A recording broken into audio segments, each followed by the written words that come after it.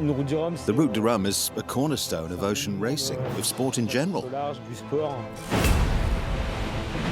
C'est la seule course au monde qui regroupe. It's the only race in the world that brings together so many different boats in a transatlantic race. Partir faire une transatlantique, donc c'est un événement. It's exceptional. It's pure skill. It's a childhood dream that's become a reality. Crossing the Atlantic on an Ocean 50 is the most incredible thing I've done in my life so far.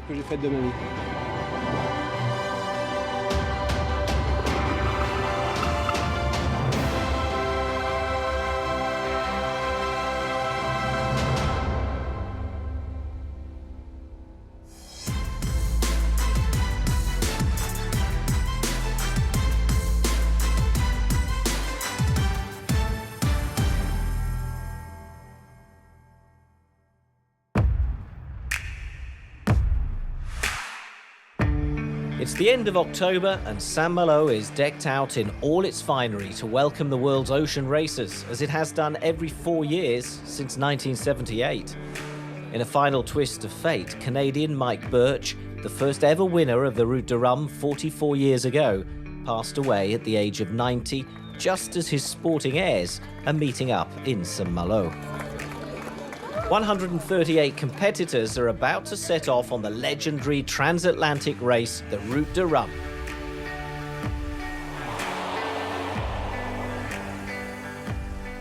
Je déclare ce village de la Route du Rhum 2022 ouvert.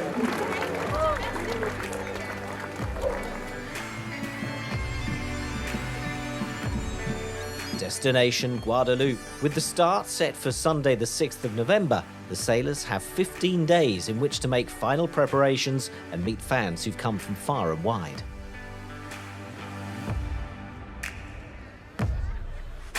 The public can go and see the boats, meet the sailors in the docks and visit the large race village. In fact, it's the biggest we've ever built.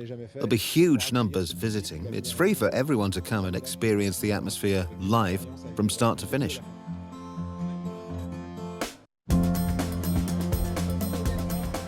Guadeloupe, where the race finishes, is also a focus, thanks to its cuisine, its music and its crafts.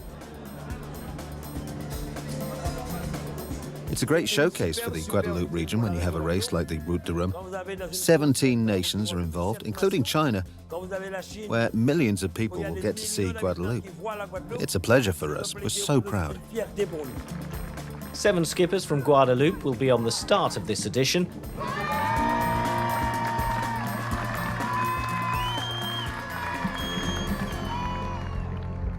For the first time in the history of the race, all the competing boats are moored inside the port, at the foot of the ramparts of this maritime city that's been transformed into a theatre of dreams.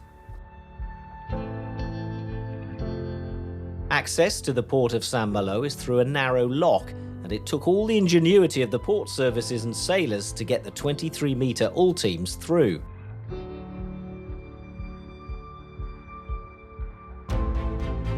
The small margins of error mean it takes a lot of skill and concentration to avoid disaster.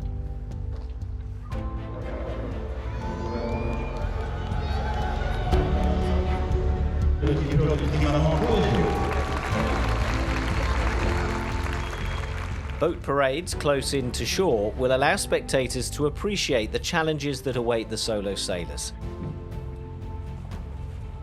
And every time a skipper passes through the lock, it'll feel like they're entering a football stadium.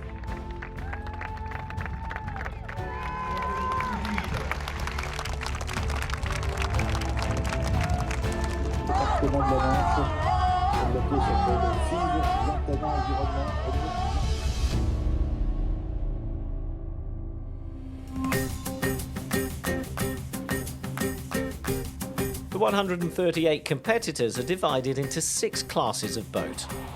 The biggest and fastest are the all-team trimarans, measuring 32 metres by 23. The race winner is expected to come from this fleet of 8 boats. And what a lineup! Defending champion Francis Joyon, Arthur Levaillant, Yvan Leblevec, Thomas Coville, Francois Gabard and Amel Leclerc could all do it, but Charles Caudrelier is the outstanding favourite. I'm setting off in the best conditions to win. There are some formidable competitors, so I'll be under pressure like everyone else. But I'm not interested in being favourite. I just want to be the winner.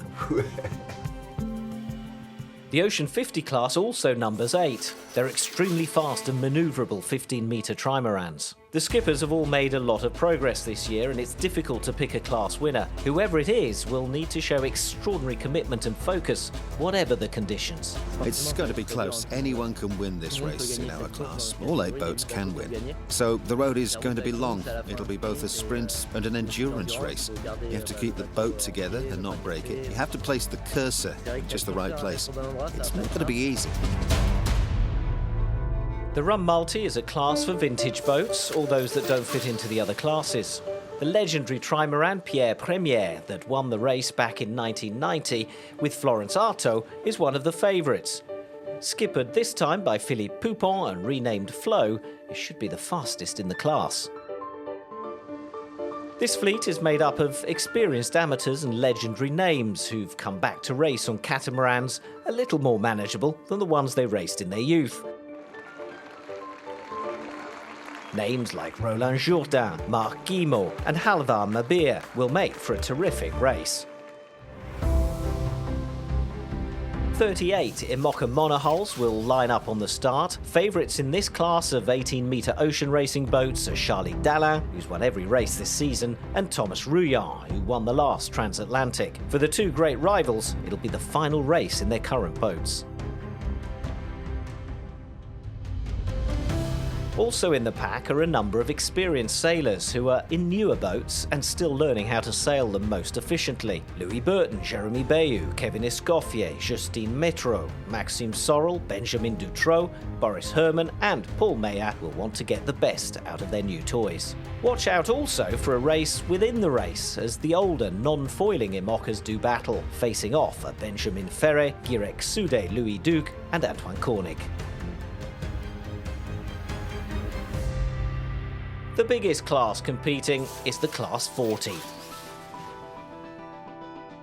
Made up of both professional and amateur sailors. These 12-metre boats have undergone a design revolution in recent years with the new scow bow, allowing them to surf above the water and therefore sail faster.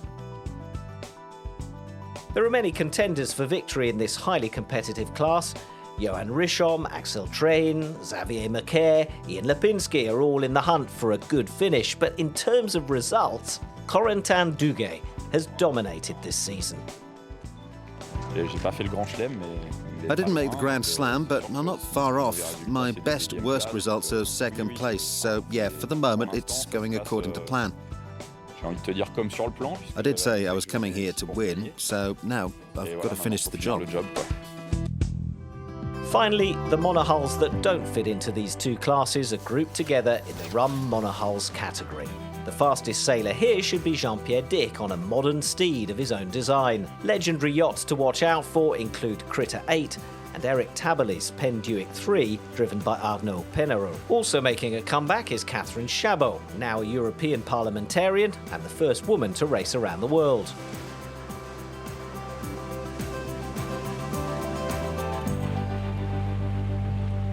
The Route de Rhum course hasn't changed since 1978. A November departure from Saint-Malo with a start line off the Point of Gruan. A mandatory first tack around the CIC buoy opposite Cap Fréhel, before exiting the English Channel on the first night. Then it's the Bay of Biscay, making sure not to be trapped by the Azores High, before hooking onto the trade winds and heading to the West Indies. There's a lap of Guadeloupe, leaving the Basse-Terre buoy to starboard before finishing in Pointe-à-Pitre. It's a total of 3,542 nautical miles, that's almost 7,000 kilometres.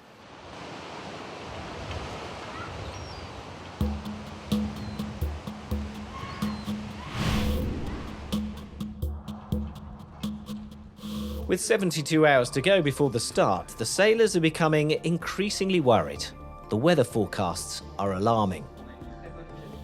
The winds and sea state have become violent as the remnants of Hurricane Martin sweep across the North Atlantic. Exiting the English Channel looks increasingly dangerous. Race management have little choice but to postpone the start, a decision applauded by the skippers. J'ai décidé I've decided to postpone the start from Sunday to Tuesday evening or Wednesday.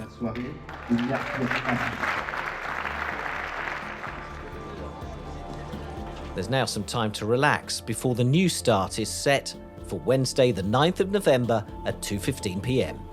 Time to study the weather files again, because it's clear that the 2022 race is going to be tough.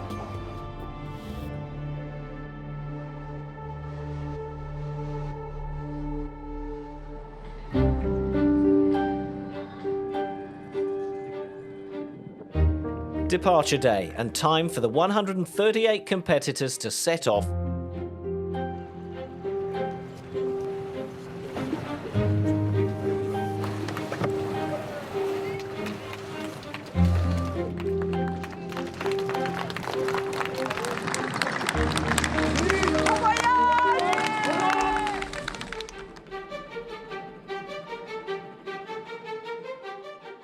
In a 15 to 20 knot west-southwesterly wind.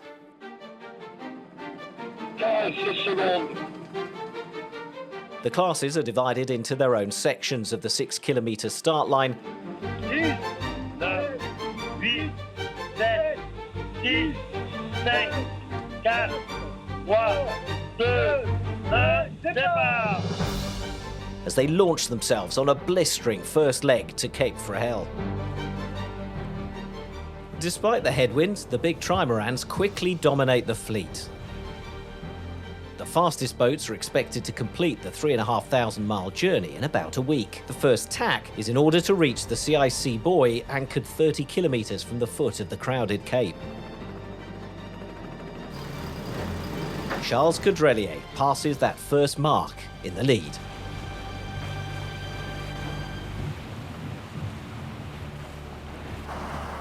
Armand Leclerc, Francois Gabard and Thomas Coville are following as best they can. After an hour of sailing, the Edmond de Rothschild trimaran is already 8 minutes ahead.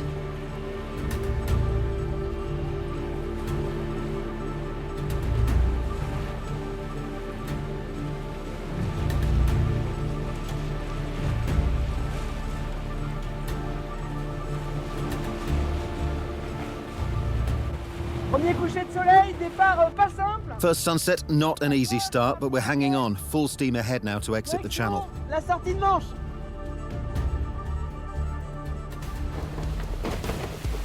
The sailors are kept busy through the night. Shifts in current, increasingly heavy seas, and exhausting manoeuvres to get around Brittany and into the North Atlantic meant little rest.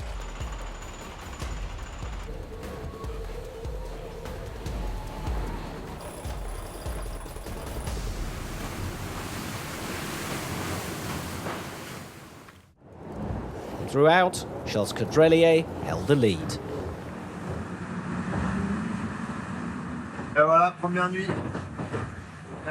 There's a lot of road ahead, and it's complicated. Bien attaqué.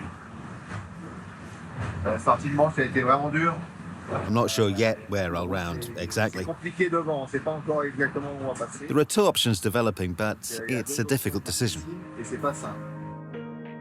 Unlike the rest of the fleet, the first all teams choose to go further west after passing Ushant, as they search for stronger winds and flirt with the oncoming low-pressure system.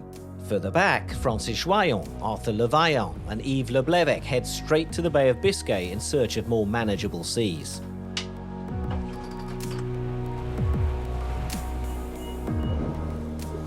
On Thursday afternoon, after a steady 24 hours of racing, Armand Leclerc, who was in the leading 3 on the descent to the Bay of Biscay, diverts to Lorient with damage to his boat.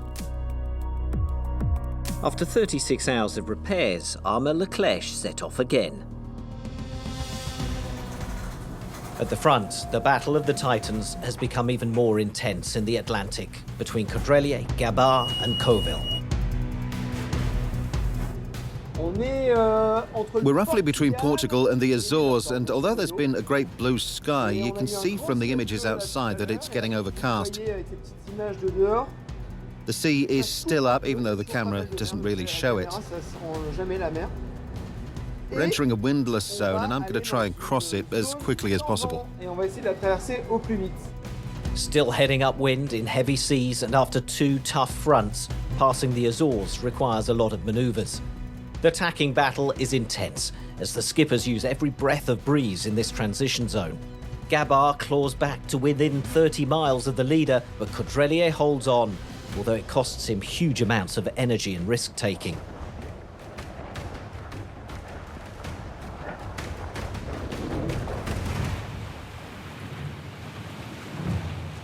The last 24 hours have been epic. The fight with Francois in strong winds took us beyond the usual limits we set ourselves. We overtasked in the end. It was very difficult to reduce the sail, and it was exhausting because I haven't been able to sleep for a very long time. Luckily, I slept well at the start. Anyway, it's a long road, and there are still a lot of traps to avoid. Francois sails very well, and his boat's fast.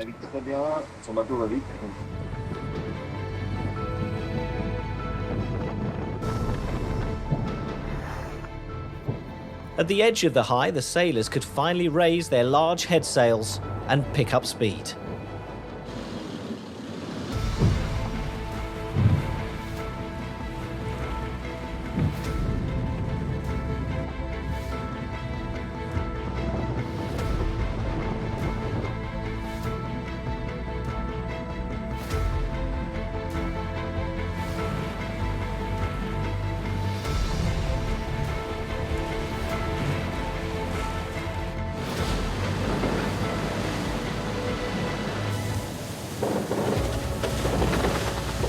Caudrelier escapes and consolidates his lead. The breakaway is now complete, with the approach to Guadeloupe still to come.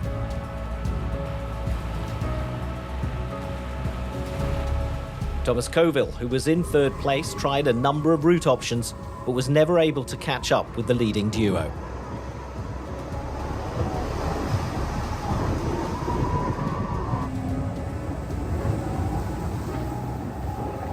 The trade winds. It took me a while to catch them, but we're there now.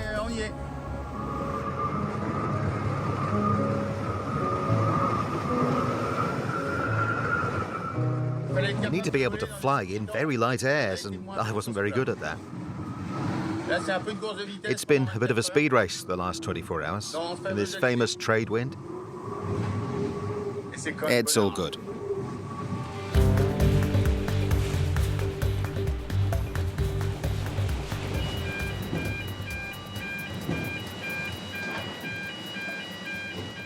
Charles Caudrelier took advantage of the last few hours to take a few restorative naps before embarking on the tricky circumnavigation of Guadeloupe.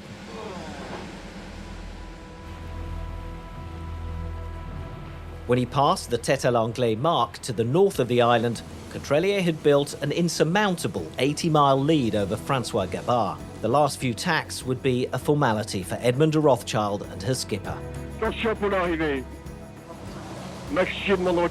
And so Charles Caudrelier, in his first route de Rhum, not only wins the race, but sets a new course record, completing the distance in 6 days and 19 hours.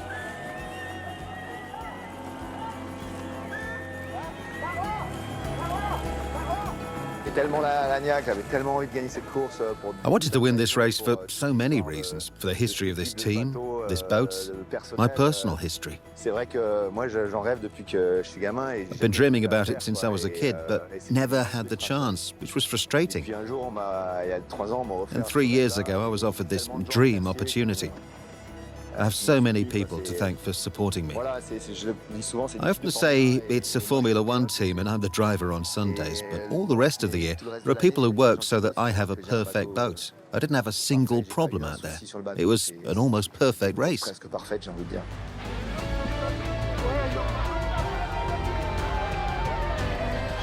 Il est là, celui qui a remporté cette Coupe du Rhum.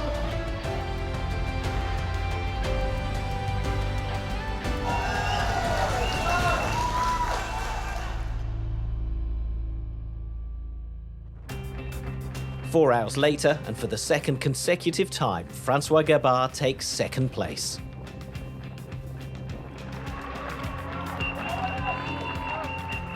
C'était super chouette de pouvoir faire ça It was great to be able to do this with Thomas and Charles. We had a good fight. Sure, the aim is to finish first, but sometimes second is also a small victory. It's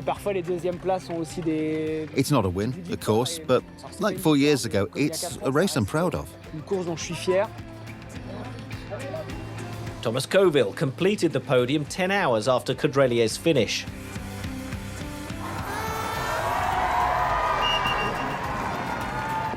I want to congratulate Charles. Well done. It's a great win. And a great team. I feel privileged to have had the chance to do this race against these two other athletes. I really had a blast.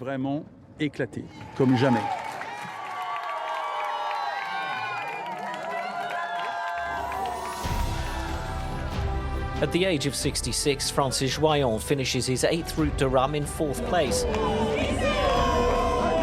helming a boat that's won the race 3 times and coming in as winner of the non-foilers.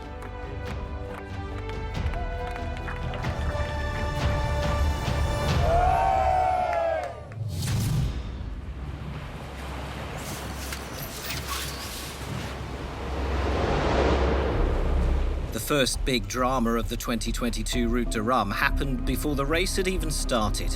British yachtsman Sam Goodchild, sailing his 15-metre Ocean 50 trimaran, was widely tipped as a potential winner. He didn't make the start line. Goodchild suffered serious injuries to his arms and face when his winch cranked violently backwards. His team spotted him lying in the cockpit, managed to climb onto the boat and evacuate him to hospital. Goodchild's race was over before it had even begun. And so, only 7 Ocean 50s set off towards the first race mark at Cap Fréhel. Owen Leroux on Coesio, Quentin Vlamingh on Arkema, Sébastien Rogue on Primonial, Thibaut Vauchel-Camus on Arcep, Armel Tripon on Le Petit Doudou, Eric Perron on Comilfo. All 7 trimarans blasted off down the English Channel. Gilles Lamire soon fell behind because of a problem with his mainsail. In just a few minutes, he was already 15 miles further back.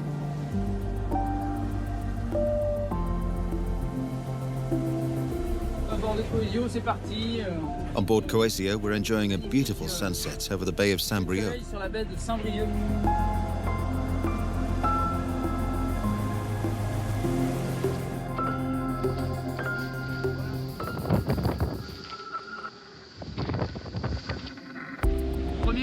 First sunrise for this Route de Rhum destination Guadeloupe after a moonlit night. And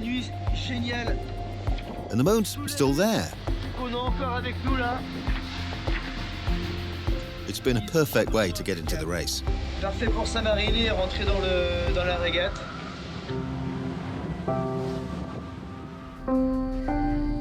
The whole fleet tacks at the tip of Brittany to shelter from the swell coming from the western Atlantic. Now heading fast upwind to Spain, the trimarans search for less uncomfortable seas deep in the Bay of Biscay.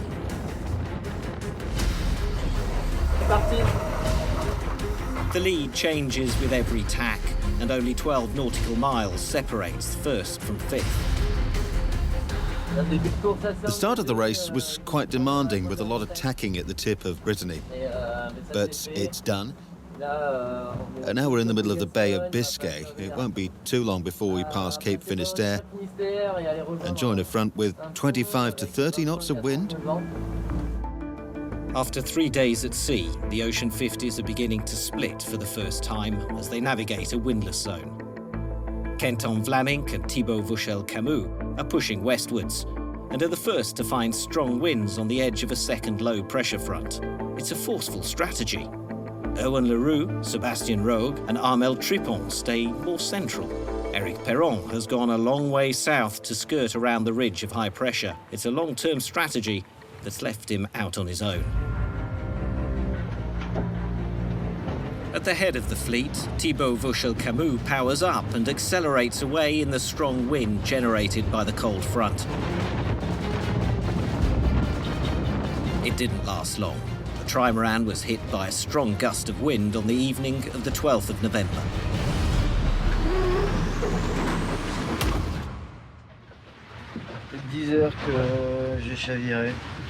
I capsized 10 hours ago. I know I was attacking hard, but I was in control.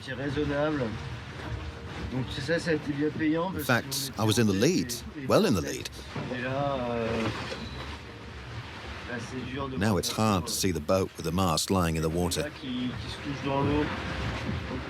We're right next to you. We're 150 meters away.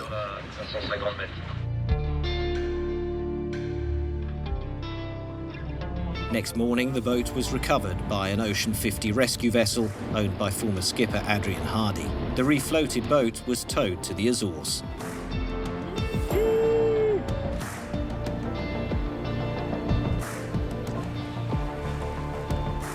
It's the first time since the start that I've left my cockpits. And it's good to get some fresh air. We can go out at last without getting wet.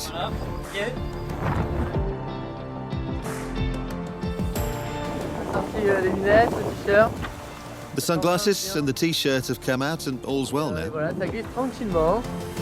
Out in front and all alone, Vlaminck is proving determined and undaunted by his first solo transatlantic race. Impressively focused, his strategy is a great balance between attack and defence. He's approaching the trades and the downwind phase of the race. His lead over Erwan Leroux and Sébastien Rogue on the 4th day of racing is 70 miles. For Rogue, the battle for the lead in the trade winds is proving tough. Getting round the Azores was quite tough. Quentin proved a bit of a handful, but the road is long and full of pitfalls. A little further back, Armel Tripon, the skipper of Petit Doudou, is struggling with the breeze.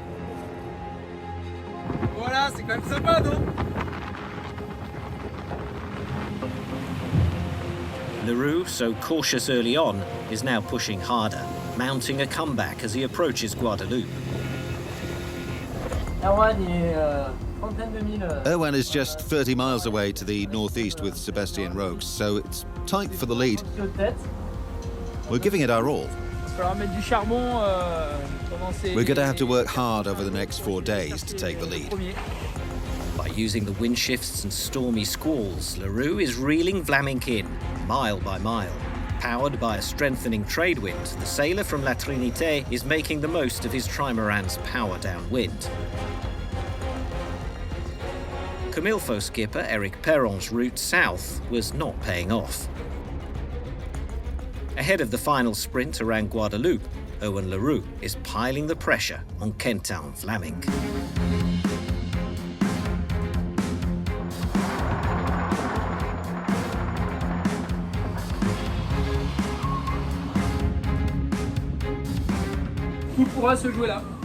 This last turn could decide the race.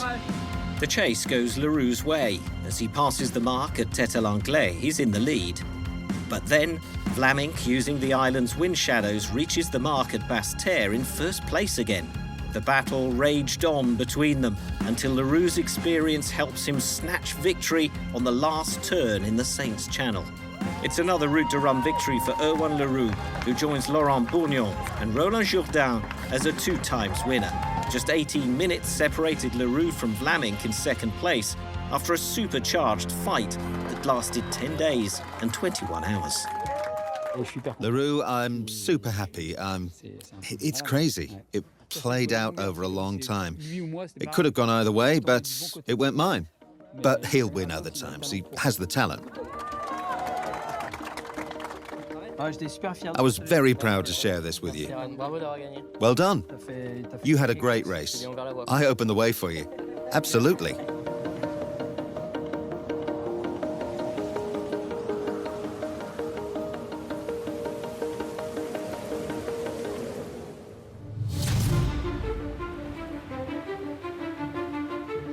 The 37 competitors in the IMOCA class set off from Saint-Malo on the 9th of November for a 10-day sprint on board their 18-metre monohulls designed to sail around the world.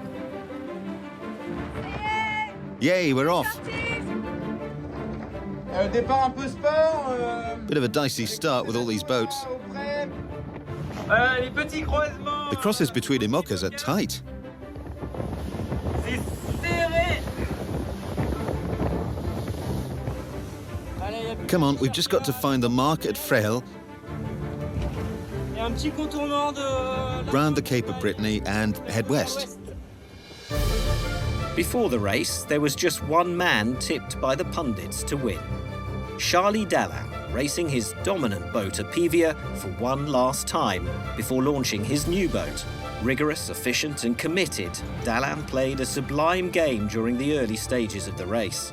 Navigation, weather strategy, adapting his sail plan and boat setup. Dallain dominates every aspect of his art. Ça s'annonce un peu tactique. It's going to be a bit tactical over the next few days, so I'm spending a lot of time checking the weather. And I'm also trying to get some rest, because I haven't had much since the start. Not content with being in the lead, Dallain is actually extending his lead, despite the very rough seas and strong winds. His advantage is 80 miles over his closest pursuer. In the 72-hour descent of the Atlantic, Dallain burns his rivals, though they shouldn't have been surprised. He was first off the start line, first to Frehel, first to Ushant, to the Azores. Dallain's race has been perfect. But the weather was about to mix things up and halt Dallain's march. The chasing boats began to close in. Leading the pack is the steely Thomas Rhum, who's biding his time. It's a long road ahead. I don't really know where it's going. Voilà. Je pense je vais faire pas mal de météo et de mise à jour pour. But I'm going to do a lot of weather forecasting to try and find the right route. Among the 7 new boats in the fleet, Jeremy Bayou is proving the most consistent. Tough and pugnacious, he's staying in touch with the leading 3.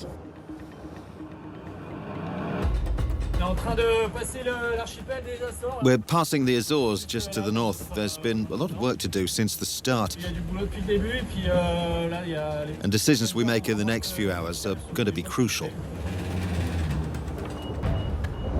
At the helm of the new foilers, Jeremy Bayou, Kevin Escoffier, Paul Maillard and Maxime Sorel are under huge pressure. The race is proving tough on minds and bodies as they try to balance speed and safety. The fleet discovered that limit when crossing the Bay of Biscay in brutal conditions.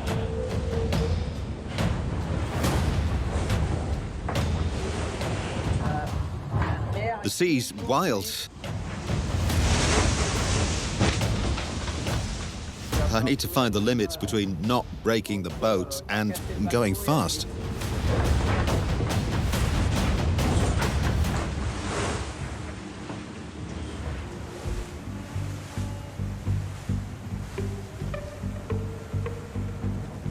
Dismastings, collisions and fire forced several boats to retire. Damien Seguin, Kojiro Shirashi, Louis Burton and Fabrice Amadeo all met their match in what was proving to be a particularly tough edition of the race. I'm gutted. It's unbelievable. It's really tough. In the heart of the Atlantic, after skirting around the high, Charlie Dallain hits the trade winds. We're finally south of the light winds. We're making good progress at 19 knots.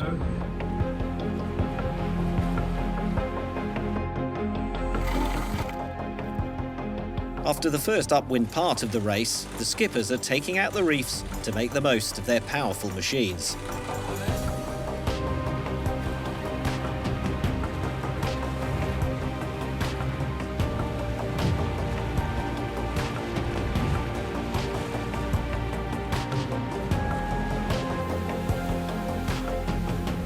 It's in these conditions that linked out is best, and soon Thomas Rhum catches up with leader Dallain. It's picking up. It may slow down again soon, but we're in the right wind corridor, just east of the high. Between the high and its ridge. I'm at the controls. Here we go. Full steam ahead. The competition enters a new phase. A drag race downwind where every gusty squall can catch the skippers out and every cloud can become a trap.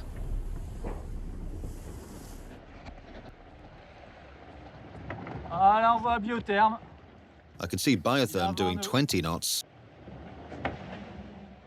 I'm doing 4.5 knots.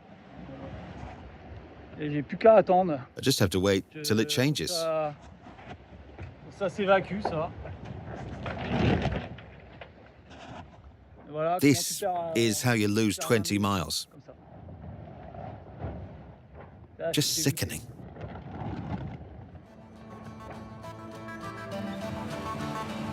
It's all about constant manoeuvres to take advantage of every breath of breeze. Throughout the fleet, the battles are just as hard with jibes and tacks as the competitors cross like chess pieces. I've just crossed ahead of Charal, so that's good. It's fun though, good close racing. Guadeloupe is still more than 1,000 miles away. Charlie Dalin has led for 8 days, but his advantage has melted away. Straightforward guts and determination has seen Thomas Rhum take the lead on the night of the 17th. The two leaders were engaged in a quality duel of high-speed manoeuvres. After getting ahead of Dalin, Rhum saw that lead disappear again, so he gritted his teeth and came again. Voilà un peu l'ambiance. Here's a taster of things. All night long there were squalls, and they're still here. Continue encore. Passe de 10 à 35. We're going from 10 to 35 knots, so the cards are constantly being reshuffled. The final sprint around Guadeloupe changed nothing. Thomas Rhum defended his hard-fought lead, giving Dalin no way back.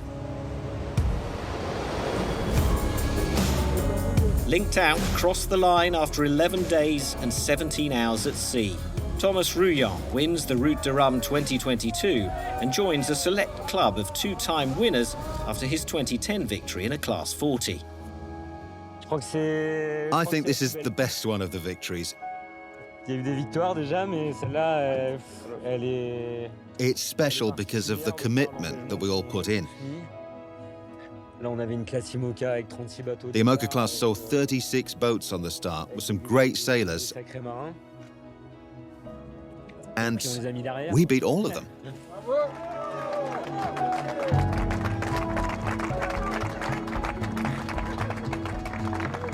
Two hours later, a PV across the finish line. After the Vendée Globe, the Solitaire du Figaro, and the double-handed Transat, Charlie Dalin once again just misses out on victory. I've competed in 3 great solo classics and have only managed second place in all of them. I'm becoming the bridesmaid. Jeremy Bayou came in third, 4 hours behind Rhum. Over the next 10 hours came Kevin Escoffier, Maxime Sorel, Paul Meillat and Justine Metreau. Sébastien Marcet was the first daggerboard boat home in 11th place. A few days later, and 6 days after class winner Thomas Rhum, the first Guadeloupean skipper finished the race in 18 days. Rodolphe Seffo was welcomed back as a hero.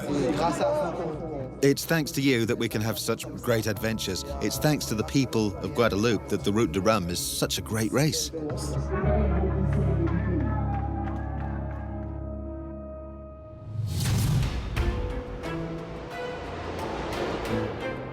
In Saint-Malo, the starting procedure for the Class 40s in this 12th edition of the Route de Rhum was turning into a tug-of-war. Many of the 55 skippers of these 12-metre monohulls wanted to start at the south end of the line on a favourable port tack to begin their ascent to Cape Freyel. But the current was pushing them towards the line. With no way of escape, some crossed that start line early before the signal. The offenders had a 48-hour window in which to take a 4-hour penalty. 3, 2, 1, départ! Whilst the other classes of boats sped off, the small monohulls needed several hours to get to the Cape Freyel mark. Nice fleet there behind me. C'est trop cool.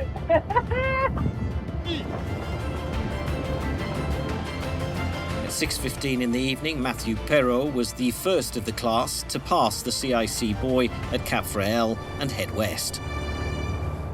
The leading pack was numerous. Ian Lipinski, Xavier Macaire, Ambrogio Beccaria, Corentin Duguay, all set up nicely for this upwind challenge. The coastal race lasted all night as skippers played the tidal currents and weakening wind to try to be the first to exit the English Channel.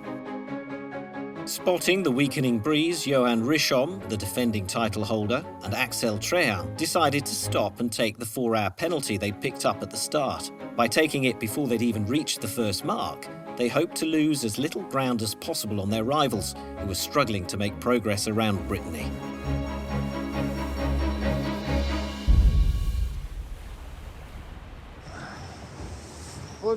First morning at the start of this second day at the Route de Rhum next to Axel Trehan. We're off again. Pas forcément facile à encaisser cette pénalité, mais c'est comme ça. I think we're about 20 miles behind the front runners. Ça aurait pu être beaucoup plus avec ça. It could have been a lot worse though, so we're just going to keep pushing. On va continuer de pousser.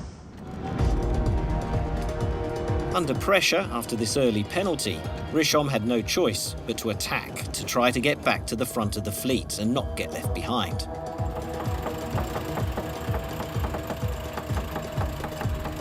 Meanwhile, the race leader has arrived in the Atlantic and rounds the tip of Brittany between Ushant and the mainland to head southwest. The next time I see land would normally be on the other side. We're already trying to leave the Fromvert passage. The further west the skippers go, the worse the conditions get. Cross seas and strengthening winds, but it's just a warm-up before the first lows hit. Live from Ushant, the sea is rough. It's hitting hard. We're going to get through, but it's full on. 2 storms are expected to stand between the fleet and the Azores.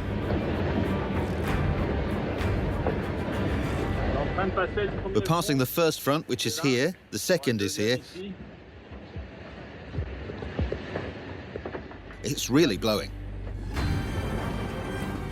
The Class 40s are vulnerable. Facing the wind and low in the water, the shocks are brutal in the stormy seas. The fleet sustains lots of damage, with 2 competitors dismasting. It's a blast. There are more than 30 knots.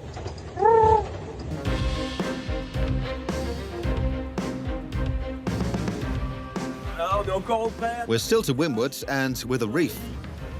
I can see Paprec coming like a rocket, going twice as fast as everyone else. It's okay, we tacked behind the front. It didn't go too badly, but boy, was it violent. Johan Rhum continues to bravely work his way back through the fleet.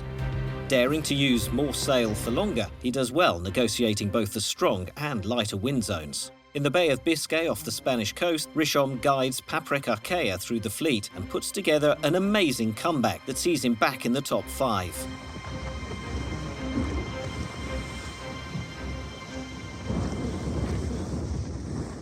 We're making difficult progress against the waves, but the front is passing and we can see a clearing on the right.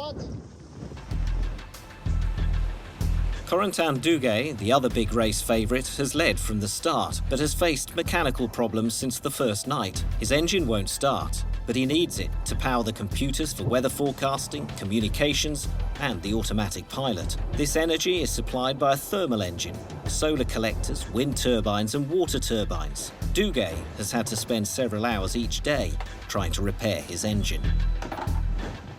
The result of all this is that I still don't have an engine. I'll have to do without one because I've been doing DIY instead of sailing. I've let the tinkerer in me get a bit out of hand.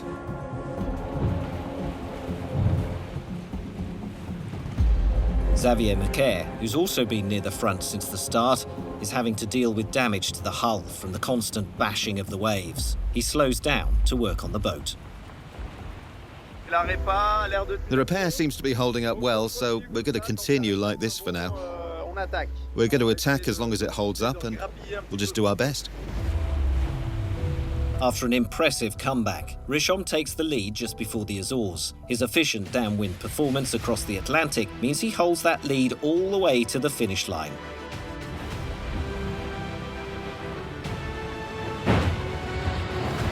behind him, the fight for second place is hotting up between Duguay and Beccaria. We're crossing an ocean and we find ourselves with a little Italian not even a mile away. He's using his spinnaker. I don't know how he does it. He's good, this little Ambrogio. Ambrogio Beccaria, at the helm of an all-Italian boat, challenged the leaders throughout the first week and challenged for second place right to the end. Come on.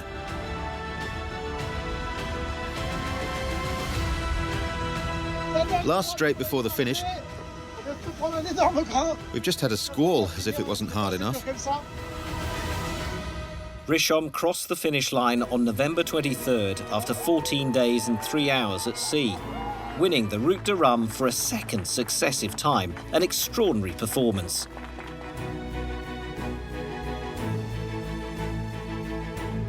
I'm very proud to have won, because I think that the field was even more difficult than 4 years ago. 4 hours behind Rhum came Italy's Beccaria in second place, ahead of Corentin Duguay and Simon Costa of Switzerland in fourth.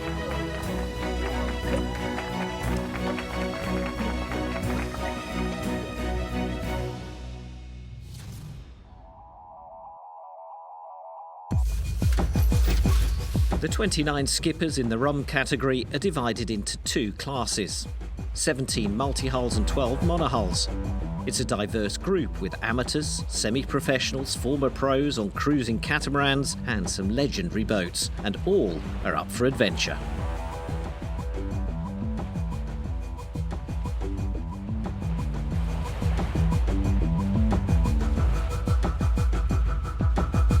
Philippe Poupon, aboard the former winning boat Pierre Premier, stopped in Port-la-Forêt and in La Coruña before taking a very southerly route to avoid the big autumnal lows. But it meant Florence Artaud's former trimaran made it to Guadeloupe 32 years after winning the race. After crossing the Bay of Biscay, Briouc-Maisonneuve on a 15-metre catamaran chose to head directly west and face two fronts head-on. The move gave him the lead of the Rhum multis, but it also cost him his boat. A huge gust knocked over his 9-ton catamaran. Maisonneuve took refuge in his boat and had to wait for help. Race management diverted Jean-Pierre Dick, who was leading the Rhum Monos class, to rescue the stricken sailor.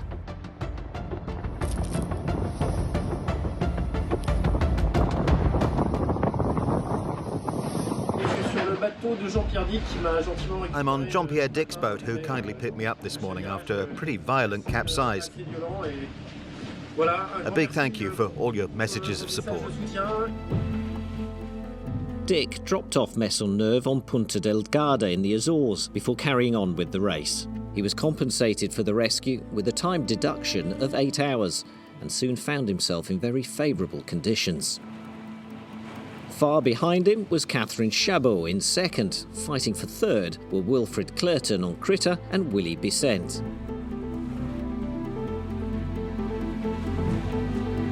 Back in the Rhum multis, it looked like first place was cursed. Belgian sailor Gilles Birkenhau looked set for victory, having mastered the first week's difficult conditions. But a huge wave swept away his boat, and like Maisonneuve before him, the Belgian needed rescuing, finally arriving in Guadeloupe by lifeboat.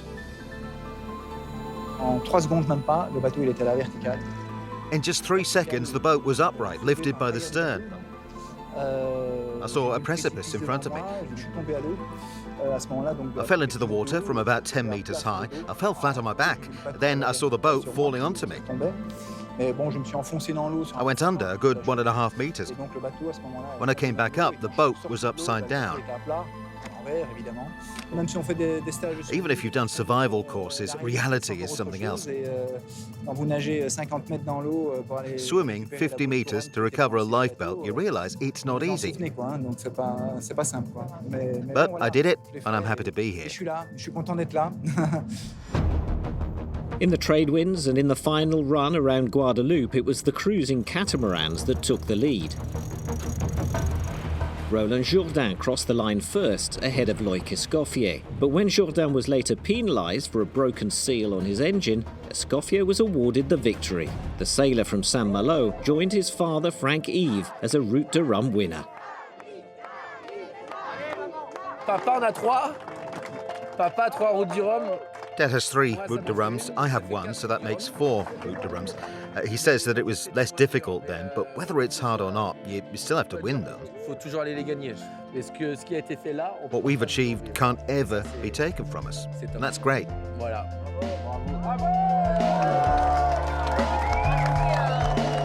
Merci.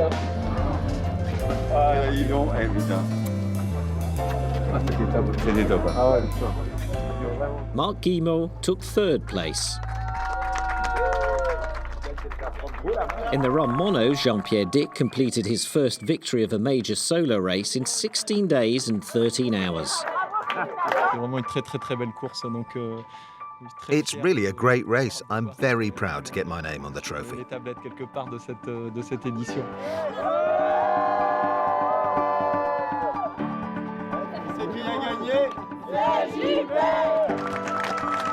Three days later, Catherine Chabot finished 2nd. Wilfred Clerton was 3rd on Critter, Michel Malinowski's former monohull, which finished 1st 40 years ago in 1982.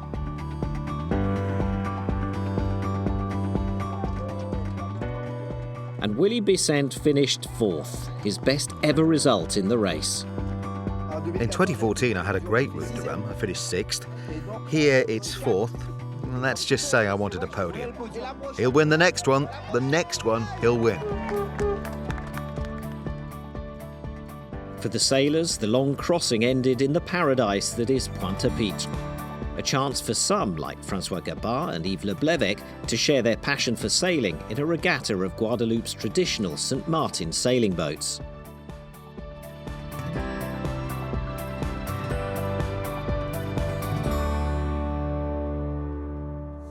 And so the 12th edition of the Route de Rhum proved to be truly great, with the favourites making history, new time records in most classes, an impressive number of participants at the start and finish. There were extreme conditions, rescues at sea, and new chapters written in ocean racing's greatest transatlantic race.